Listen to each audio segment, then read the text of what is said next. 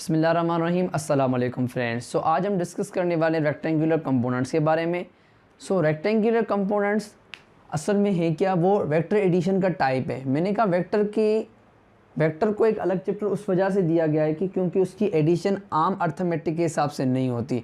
हमने उसका first part पढ़ा कि एक वेक्टर को हम हेड टू टेल रूल के हिसाब से कैसे ऐड कर सकते हैं, और उसके बाद हमारा सेकंड टाइप है रेक्टेंगुलर कंपोनेंट्स के हिसाब से हम वेक्टर को कैसे ऐड कर सकते हैं। वेक्टर को ऐड करने के तीन तरीके हैं जो मैं आपको पहले ही बता चुका हूँ। एक हमारा है रेक्टेंगुलर कंपोनेंट मेथड, दूसरा हेड टू टेल रूल जो हम पढ़ के आए हैं, और तीसरा हमारा पैरेललोग्राम लॉ, कोसाइन लॉ या साइन लॉ। सो आज हम पढ़ने वाले रेक्टेंगुलर कंपोनेंट्स के ज़रिए हम एडिशन कैसे करते हैं। सो रेक्टेंगुलर कंपोनेंट्स को मैंने दो सेशंस में डिवाइड किया है। एक तो हम सीखेंगे कि एक वेक्टर को हम कैसे रिजॉल्व कर सकते हैं, दूसरा मैंने आपको बताया कि एक रिजॉल्व वेक्टर्स को, दो रिजॉल्व या तीन रिजॉल्व वेक्टर्स को एक दूसरे में ऐड कर एक दूसरे से ऐड कर हम कैसे उनका रिजल्ट निकाल सकते हैं। तो हम अपने फर्स्ट सेशन को पहले पूरा करेंगे, फिर हम दूसरे सेशन की तरफ बढ़ेंगे। ठीक है। सो रिजॉल्व द वेक्टर, इसको हम रेजोल्यूशन ऑफ वेक्टर भी कहते हैं। रेजोल्यूशन मीन्स उसको तोड़ना, मीन्स उसके हिस्से करना। रेजोल्यूशन ऑफ अ वेक्टर, पहले तो मैं इसकी डेफिनेशन डिस्कस कर देता हूँ। रेजोल्यूशन ऑफ वेक्टर का मतलब क्या है। रेजोल्यूशन ऑफ वेक्टर का मतलब है कि स्प्लिटिंग ऑफ वेक्टर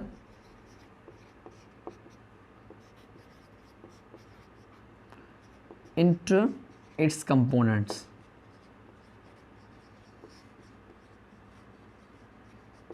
एक वेक्टर को उसके कंपोनेंट्स में तोड़ देना, इसको कहते हैं रेजोल्यूशन ऑफ वेक्टर। वो कौन से कंपोनेंट होंगे? वो कंपोनेंट होंगे एक्स और वाई। ठीक है। अब ये जो एक्स और वाई हैं वो एक दूसरे से 90 की एंगल बनाएंगे। ठीक है। वो एक दूसरे से 90 की एंगल बनाएंगे। वो कैसे बनाएंगे, मैं उस चीज़ को मैं आगे चल के डिस्कस करूँगा। अब सवाल ये होता है कि हम इसको स्प्लिट कैसे करेंगे। हमारे पास एक गिवन वेक्टर है, उसको हम दो हिस्सों में कैसे तकसीम करेंगे, ये बड़ा सवाल है कि how to split a vector into two parts. Vector को स्प्लिट करने का बिल्कुल सिंपल तरीका है। जैसे हम एक पेपर को कैंची से काटते हैं, एक फ्रूट को एक नाइफ से काटते हैं, इसी तरह से हम एक वेक्टर को परपेंडिकुलर से काटते हैं। परपेंडिकुलर क्या है? एक 90 डिग्री की स्ट्रेट लाइन है परपेंडिकुलर। अगर आपने मैट्रिक में मैथ अच्छी पढ़ी होगी तो आपको पता होगा कि परपेंडिकुलर क्या चीज़ है और किस तरह की स्ट्रेट लाइन है। अब परपेंडिकुलर को हम कैसे यूज़ कर सकते हैं कि एक वेक्टर दो हिस्सों में तकसीम हो जाए। So we have to draw a perpendicular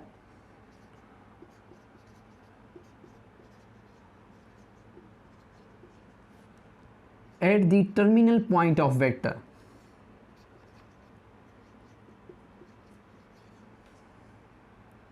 terminal point of vector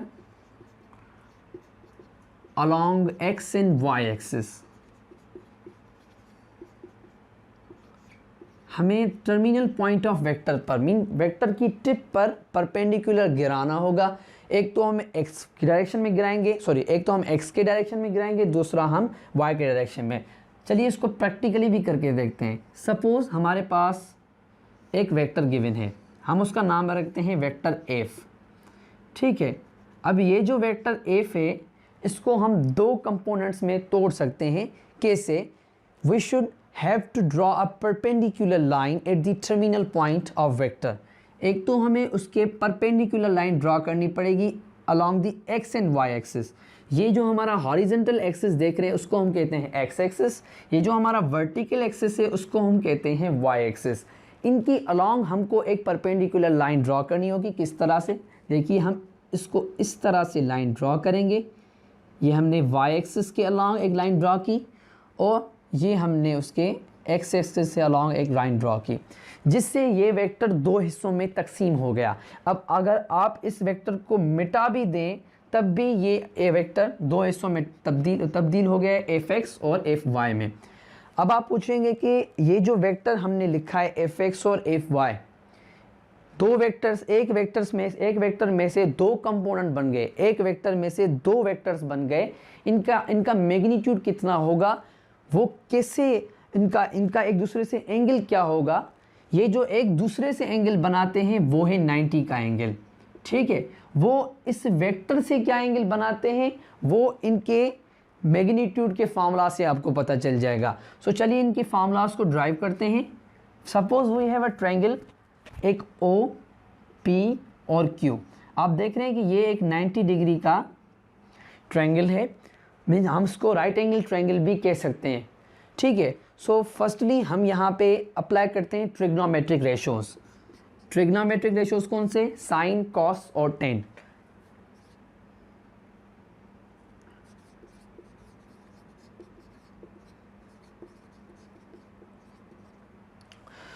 हम इस ट्रायंगल को इस्तेमाल करेंगे। कौन सा triangle? Triangle P O Q को एफ एक्स और एफ वाई का मैग्नीट्यूड मालूम करने के लिए और इस वेक्टर का एंगल मालूम करने के लिए। और अगर हमें एफ एक्स और एफ वाई दिए गए हैं तो हम वेक्टर को कैसे मालूम करें, ये मालूम करने के लिए हम इस ट्रायंगल को इस्तेमाल करेंगे और ट्रिग्नोमेट्रिक रेशोज़ को इस्तेमाल करेंगे। फर्स्टली आते हैं कि एफ वाई और एफ एक्स का मैग्नीट्यूड क्या होगा। तो हम ट्रायंगल लेते हैं पी ओ क्यू, हम यहाँ पे ट्रिग्नोमेट्रिक रेशो इस्तेमाल करते हैं साइन थीटा। जैसे स्टूडेंट आपको पता है कि साइन थीटा जो है वो है परपेंडिकुलर अपॉन हाइपोटेन्यूस। आप इस राइट एंगल ट्रायंगल में देख सकते हैं कि ये जो परपेंडिकुलर है वो है एफ वाई और जो हमारा हाइपोटेन्यूस है वो है एफ जो वेक्टर है, ठीक है। हम साइन थीटा के आगे ऐसे रख दें तो भी सही होगा।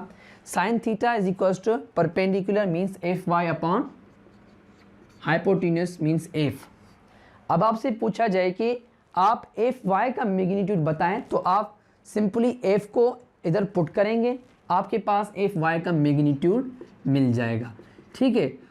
आज के बाद अगर आपको कहीं भी y कंपोनेंट मिलेगा तो आप फ़ौरन से बता देंगे कि जो भी y कंपोनेंट हो वो वेक्टर के सामने साइन थीटा रखने से उसका फार्मूला आ जाता है। फॉर सपोज हमारे पास ए y का कंपोनेंट हो, हम ऐसे लिख सकते हैं ए sine theta.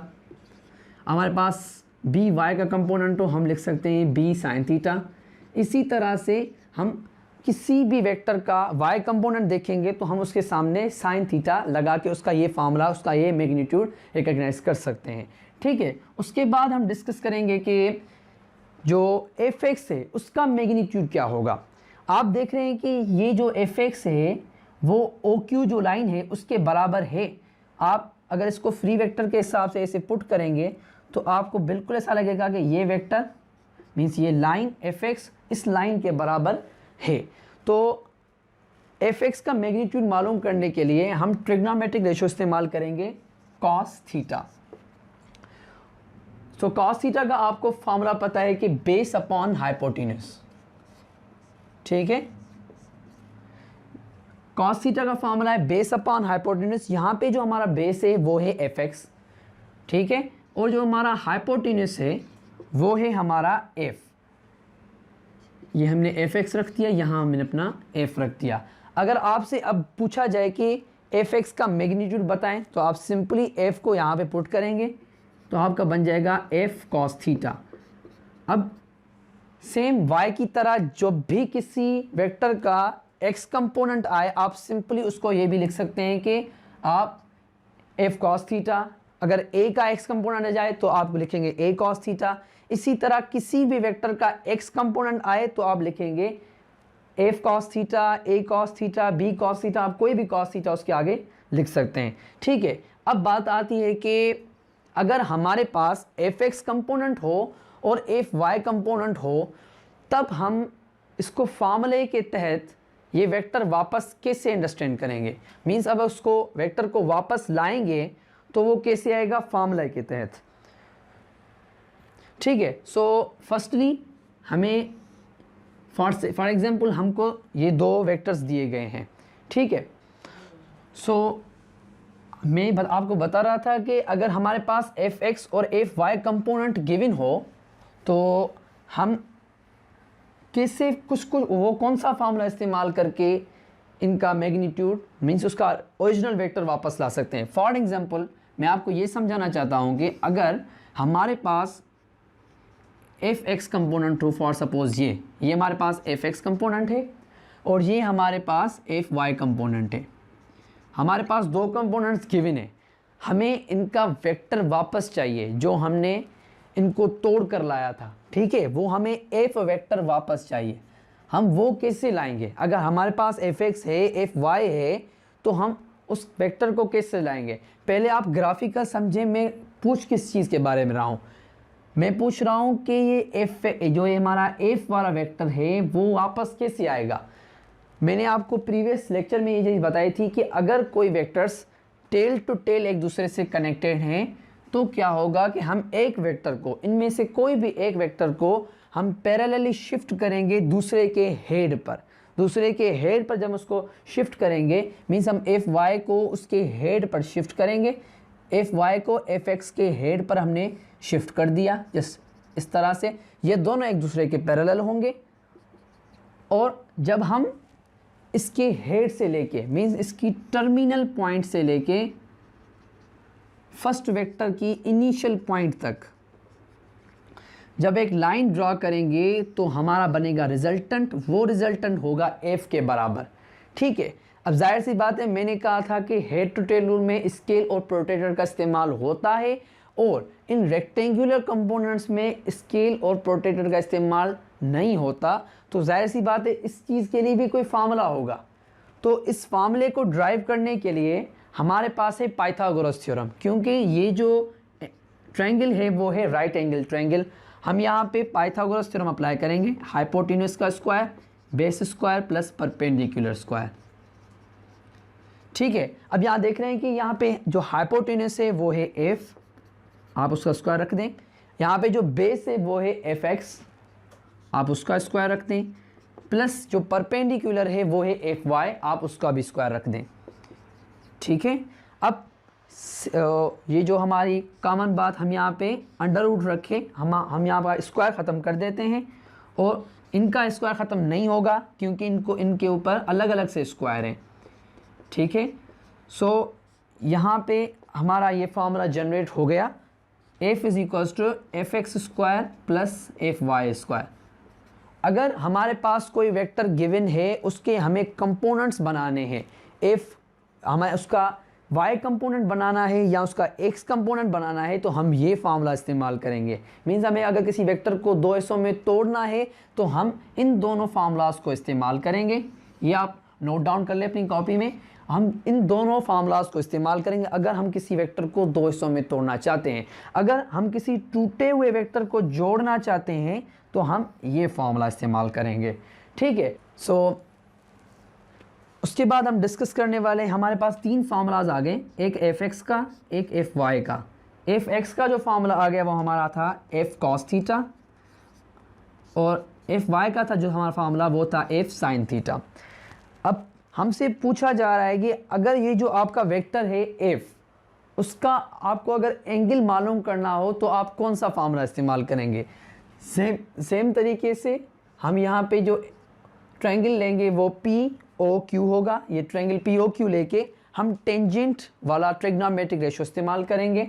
Tangent is equals to perpendicular upon base, ठीक है। यहाँ पे हमें परपेंडिकुलर दिया गया है एफ वाई और जो हमारा बेस दिया गया है वो है F X, sorry F Y, और ये हमारा बेस है वो है एफ एक्स। अगर आपको कोई वेक्टर दिया गया है उसके आपने दो हिस्से करने हैं तो आप ये दोनों फार्मूला इस्तेमाल कर सकते हैं। अगर ये एफ एक्स और एफ वाई आपको गिवन है, आपको वो वेक्टर वापस चाहिए तो आप ये फार्मूला इस्तेमाल कर सकते हैं। अगर आपको उस एक वेक्टर की एंगल चाहिए तो आप उसके लिए इस फार्मूला को इस्तेमाल कर सकते हैं। आप इन फार्मूलाज की प्रैक्टिस करें, इनको याद रखें। अगर आपको इनकी प्रैक्टिस हो जाती है तो इंशाल्लाह आप addition of vectors by the resolve method और रेक्टेंगुलर कंपोनेंट मीन्स हमारे आगे के लेक्चर में भी आप इसका अच्छे तरीके से प्रैक्टिस कर सकेंगे। हमने अपने पहले सेशन में 4 चीज़ें as a product sort out की थी। वो 4 चीज़ें क्या थी? अगर हम वेक्टर को दो हिस्सों में स्प्लिट करते हैं, अगर हम वेक्टर को दो हिस्सों में स्प्लिट करते हैं, दो कंपोनेंट में स्प्लिट करते हैं, एक कंपोनेंट होता है x, दूसरा होता है y। अगर हम उनको दो कंपोनेंट में स्प्लिट करते हैं तो उनका मैग्नीट्यूड हम कुछ इस तरह से लिख सकते हैं, F X is equals to F cos theta. अगर हम उसको y कंपोनेंट में अगर हम उसका y कंपोनेंट का मैग्नीट्यूड मालूम करना चाहते हैं तो हम उसको इस तरह से मालूम कर सकते हैं, एफ साइन थीटा। ठीक है, अगर हमको x कंपोनेंट और y कंपोनेंट गिवन हो और हमें इनका टोटल सम मीन्स वेक्टर को रीजनरेट करना हो तो हम इसके लिए ये फॉर्मूला इस्तेमाल करते हैं, f is equals to under root F X square plus F Y square. ठीक है, ये हम वेक्टर को रीजनरेट करने के लिए, वापस से लाने के लिए ये फॉर्मूला इस्तेमाल करते हैं। और दूसरा फार्मूला हमारा जो रीजनरेट हुआ वेक्टर है उसकी एंगल मालूम करने के लिए हम जो फार्मूला इस्तेमाल करते हैं वो tan theta is equals to F Y upon F X. आप एफ की जगह पे कोई भी वेक्टर आप कंसीडर कर सकते हैं। सो आज का हमारा टॉपिक है कि रिजॉल्व वेक्टर्स को हम ऐड कैसे करें। रिजॉल्व वेक्टर्स को ऐड कंसीडर करें, हमारे पास दो वेक्टर्स गिवन हैं। सपोज करें हमारे पास दो वेक्टर्स हैं, एक वेक्टर हमारा a1 which is making an angle theta according with respect to X axis, दूसरा हमारा वेक्टर है a2। ठीक है, वो भी is making an angle theta with X axis. अब इनको हमें पहले तो रिजॉल्व करना है फिर ऐड करना है। ठीक है, तो पहले इनको रिजॉल्व करने के लिए हमें फर्स्टली तो चाहिए इनको हेड टू टेल के हिसाब से कनेक्ट करें। ये तो टेल टू टेल कनेक्ट हैं तो पहले हम इनको हेड टू टेल कनेक्ट करेंगे, उसके बाद हम इनको करेंगे रिजॉल्व। रिजॉल्व के बाद हम इनका रिजल्टेंट मालूम करेंगे, उसके बाद रिजल्टेंट जाहिर सी बात है एक वेक्टर होगा, रिजल्टेंट का मैग्नीट्यूड और रिजल्टेंट का डायरेक्शन। आज का हमारा गोल है जो हमें अचीव करना है। तो ड्रा करते हैं हम दोनों वेक्टर्स को कुछ इस तरह से। सपोज हमारे पास एक वेक्टर a1 है। ठीक है, मैं उसको कुछ बड़ा करके ड्रा कर देता हूँ।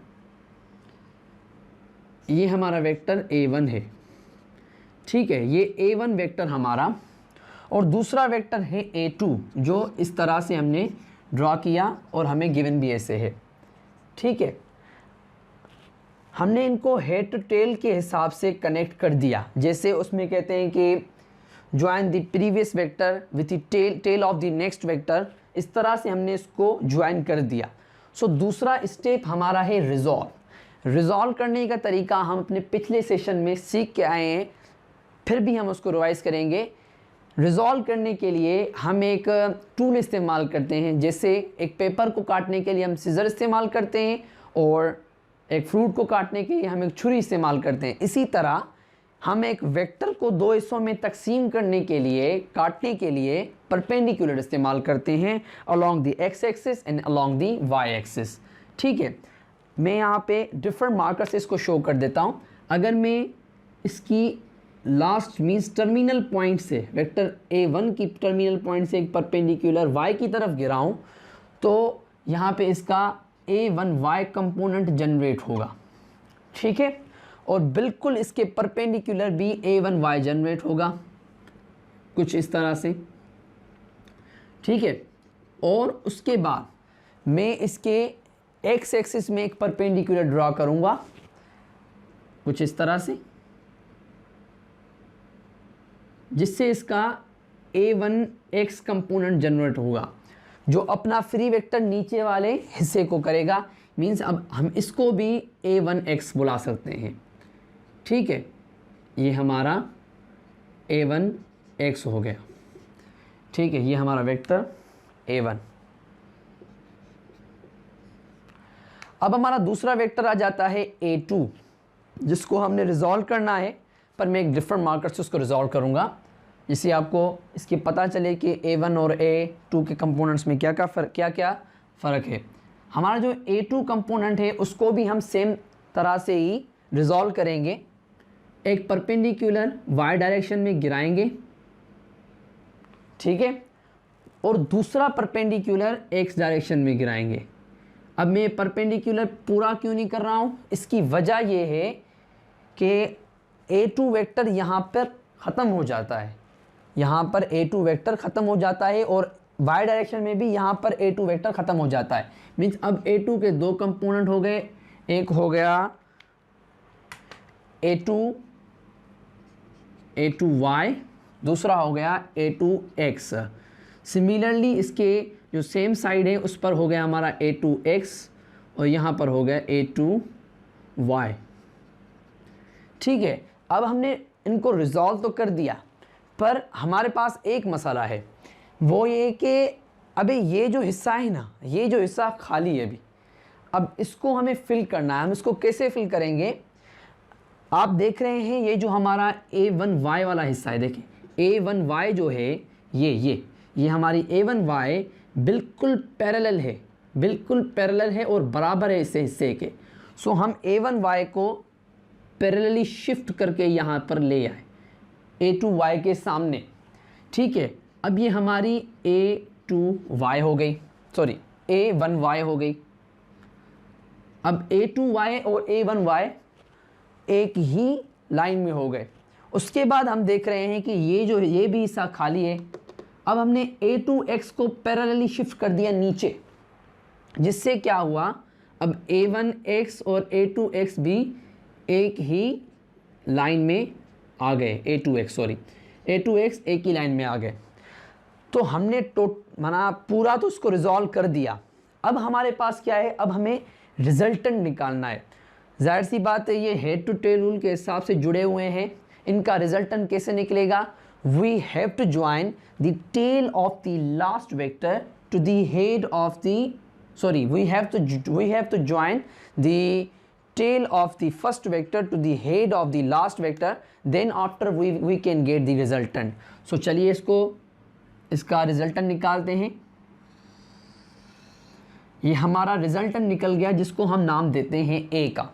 ठीक है, अब जाहिर सी बात है ये हेड टू टेल रूल है नहीं, जिसमें हम स्केल या प्रोट्रैक्टर्स इस्तेमाल करेंगे, जिससे हमें एंगल्स मिल जाएंगी या रिजल्टेंट का मैग्नीट्यूड मिल जाएगा। जाहिर सी बात है ये वेक्टर से जनरेट हुआ है, तो ये रिजल्टेंट भी एक वेक्टर होगा। इस वेक्टर की दो खासियतें होंगी, जाहिर सी बात है इसके पास मैग्नीट्यूड भी होगा और डायरेक्शन भी होगा। अब इसका मैग्नीट्यूड फाइंड आउट करने के लिए हमें पाइथागोरस थ्योरम अप्लाई करना होगा। पाइथागोरस थ्योरम हम क्यों अप्लाई करेंगे? क्योंकि ये जो ट्रायंगल बन रहा है वो राइट एंगल ट्रायंगल है। सपोज मैं यहाँ पे एक ट्रायंगल आपको सपोज कराता हूँ। सपोज कीजिए ये हमारे पास O है और ये हमारे पास पॉइंट P है और ये हमारे पास पॉइंट Q है। ठीक है, यहाँ पे 3 पॉइंट्स हैं। कंसीडर कीजिए हमारे पास एक ट्रायंगल है O P एंड Q, या आप इसको P O और Q ट्रायंगल कंसीडर करें। ठीक है, आप देखेंगे कि अगर हम इसका हाइपोटेन्यूस मालूम करना चाहे, मींस हमें वेक्टर A मालूम करना है, इसका रिजल्टेंट का मैग्नीट्यूड, इसके रिजल्टेंट का मैग्नीट्यूड हमें मालूम करना है। मींस अगर हम हाइपोटेन्यूस मालूम करें तो हमें रिजल्ट मिल जाएगा।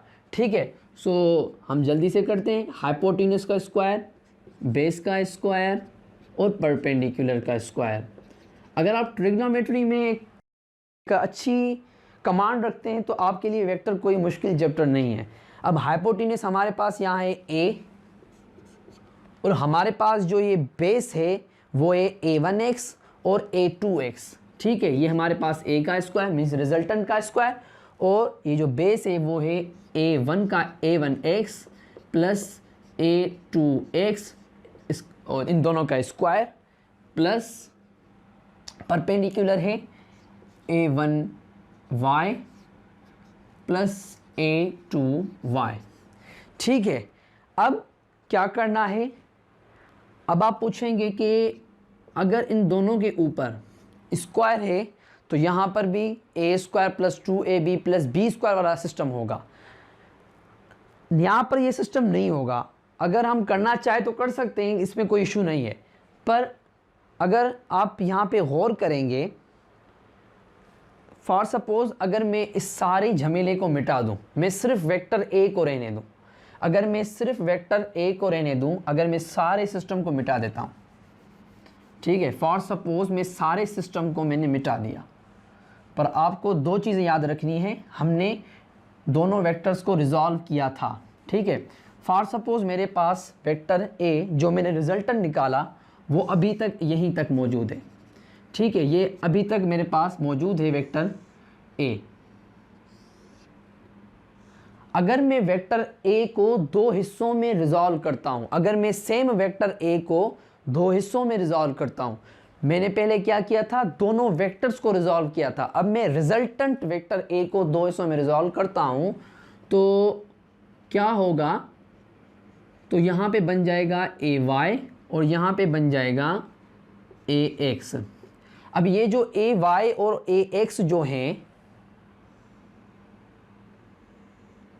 ये जो हमारा ए वाई और ए एक्स जो हैं, ये दोनों जो हैं वो टोटल सम है ए वन एक्स का और ए टू एक्स का। अगर आप पिछले वाले ट्रायंगल को देखेंगे, अगर आप पिछले वाले ट्रायंगल में गौर करेंगे, उसमें A one Y plus A two Y, उनको आप जोड़ेंगे तो टोटल आपको आंसर मिलेगा ए वाई।